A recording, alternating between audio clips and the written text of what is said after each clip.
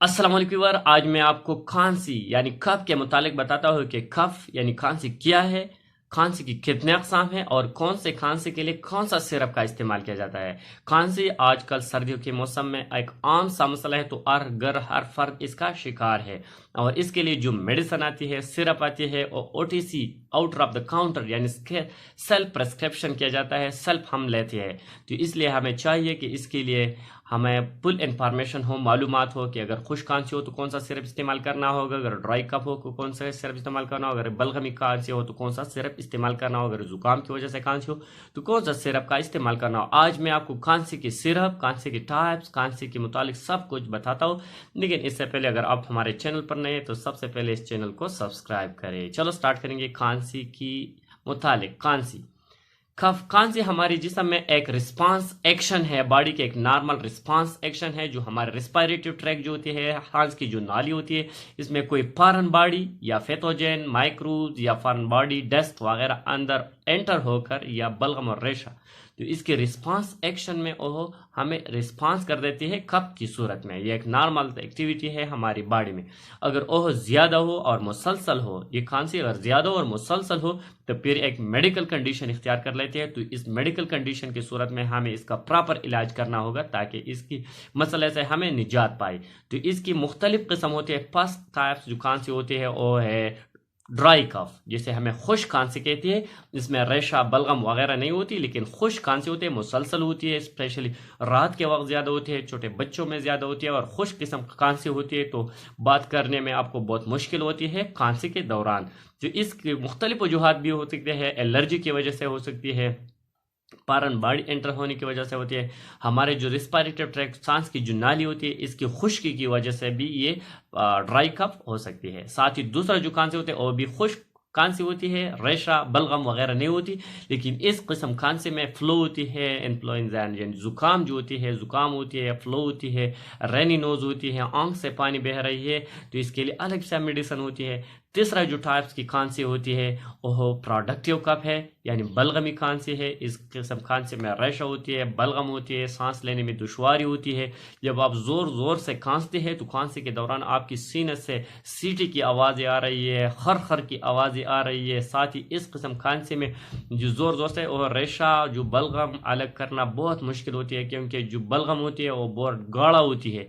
तो इसके लिए अलग किस्म की सिरप होती है। सबसे पहले जो ड्राई कप होती है इसके लिए हमें जो मेडिसिन इस्तेमाल करें, इसे हमें एंटीटेसियो मेडिसिन कहते हैं, जिसमें डेक्सामेथासोन आती है, फालकोडीन आती है।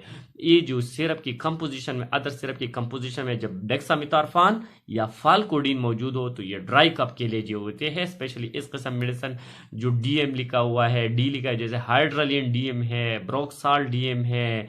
साथ ही जो पालकोडीन आती है इसमें टेक्सोरेक्स है, टेक्सेलेक्स जो सिरप आती है टेक्सेलेक्स में पालकोडीन है। जो पालकोडीन डेक्सामेथासोन जिस सिरप की कंपोजिशन में और ड्राई कप के लिए इस्तेमाल किया, जिसमें मैंने आपको बताया ब्रोक्साल डीएम, हाइड्रोलिन डीएम, कम्बेनाल डीएम, जैसे कोरेक्स डीएम, साथ ही पल्मोनाल और बहुत से मेडिसिन आती है इस किस्म की ड्राई कफ के लिए।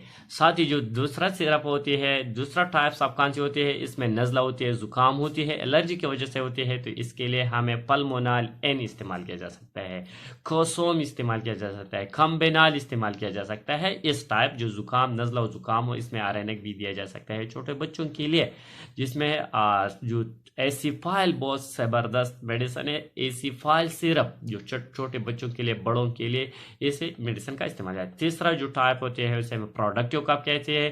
प्रोडक्टिव कफ में एक्सपेक्टोरेंट मेडिसिन इस्तेमाल किया जाए, जो बलगम की होती है, रेशा होती है, इसकी जो म्यूकस होती है वो थिन कर देती है और जो थिकनेस है, गौड़ापन है वो ख़त्म कर देते हैं, जो आसानी के साथ बाहर एक्सक्रीट हो जाती है। तो इसके लिए एक्सपेक्टोरेंट मेडिसिन आती है। जिस सिरप के ऊपर एक्सपेक्टोरेंट लिखा हुआ है तो वो प्रोडक्टिव कफ यानी बलगमी खांसी के लिए होगी। इसमें सबसे पहले आती है हाइड्रोलिन, ब्रोक्साल, साथ ही हाइड्रोलिन, ब्रोक्साल, कम्बिनाल, कोसोम, इसके अलावा पल्मोनाल और बहुत से मेडिसिन, रिमासोल, रेल्टेस, म्यूकोनेल, बहुत से मेडिसिन आती है। लेकिन इसके ऊपर जो एक्सपेक्टोरेंट लिखा हुआ है, फेराठान एक्सपेक्टोरेंट, जिसके ऊपर जो एक्सपेक्टोरेंट लिखा हुआ है वह एक्सपेक्टोरेंट बलगम खारिज करने के लिए इस्तेमाल किया जा सकता है। एडिकोज जो है बहुत ज़बरदस्त मेडिसिन है, हाइड्रोलिन है। लेकिन जो मेडिसिन एंटीथेसियो है, यानी जिसके डेक्सोमेथार्फान या पालकोडिन इसकी कंपोजिशन है, या डीएम और डी लिखा हुआ है, तो ड्राई कफ के लिए इस्तेमाल किया जा सकता है जो खुश्क खांसी होती है। दूसरा जो प्रोडक्टिव कफ के लिए जो एक्सपेक्टोरेंट लिखा हुआ है जिस मेडिसिन में, इसमें जो कफ की सिरप है इसमें कंपोजिशन बहुत ज़्यादा होती है, 2 3 4 मेडिसिन की कंपोजिशन है जैसे कि, लेकिन जिसमें एक्सपेक्टोरेंट लिखा हुआ है तो ये मेडिसिन बलगम खारिज करने के लिए होगी, एक्सपेक्टोरेंट बलगमी खांसी के लिए होगी। और साथ ही अगर आपके सीने से जो खर खर की आवाज़ें आ रही है यानी सीटी की आवाज़ें आ रही है तो इसके लिए वेंटोलिन जो सल्ब्यूटामॉल है उस सिरप का इस्तेमाल किया जाता है, ब्रेथेनिल इसका इस्तेमाल किया जाता है। ये मेडिसिन जो ब्रोंकाई है इस ब्रोंकाई को डायलेट कर देती है, जो डायलेट हो जाते हैं सांस लेने में जो दुश्वारी आती है वो भी ख़त्म हो जाती है, साथ ही इस जो बलगम होते हैं वो भी खारिज हो जाती है, म्यूकस होते हैं वो तैन हो जाती है और आसानी के साथ बाहर खारिज हो जाती है।